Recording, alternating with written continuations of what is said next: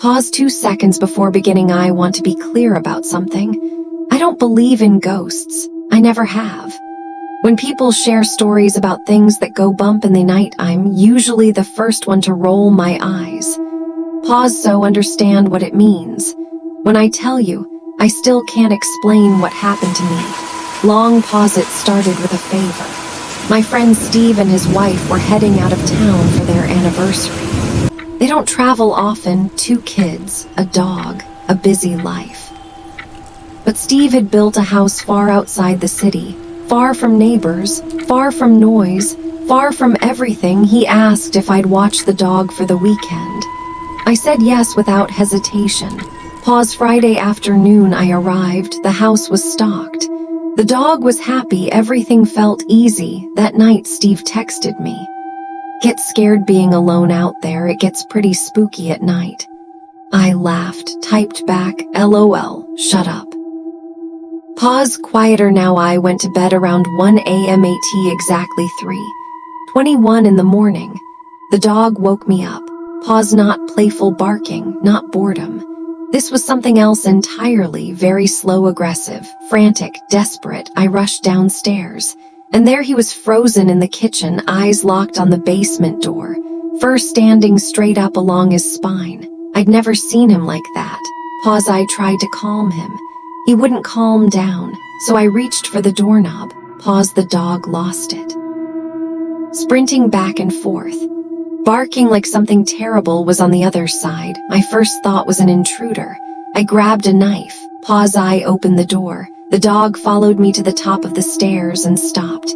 He wouldn't go down, just stood there, growling at the darkness below. I turned on the light. I went down alone, slowly. Nothing, no one. I checked every corner, every closet, every shadow, nothing. But something was wrong. Pause. It was cold. Not the kind of cold that comes from an open window. Something heavier, something that had no right to be there. Pause. I slept in the living room that night. Eventually, the dog settled.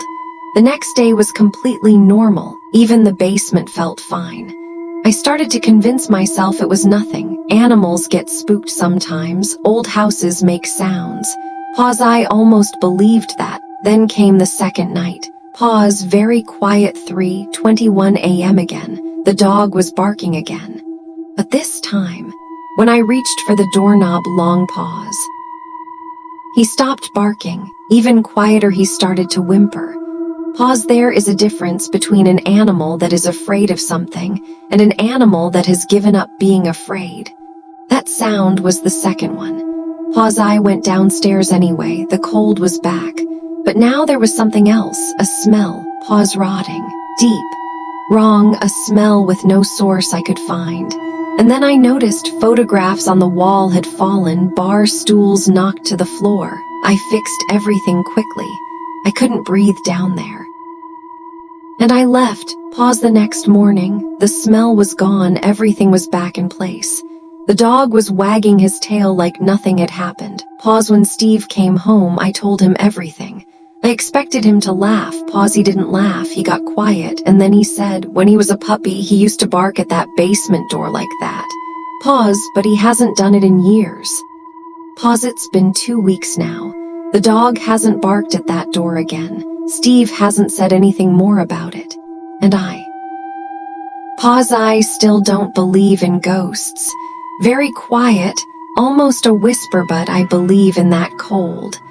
And I believe in that smell. And I believe that whatever was down there, pause, was waiting to be found.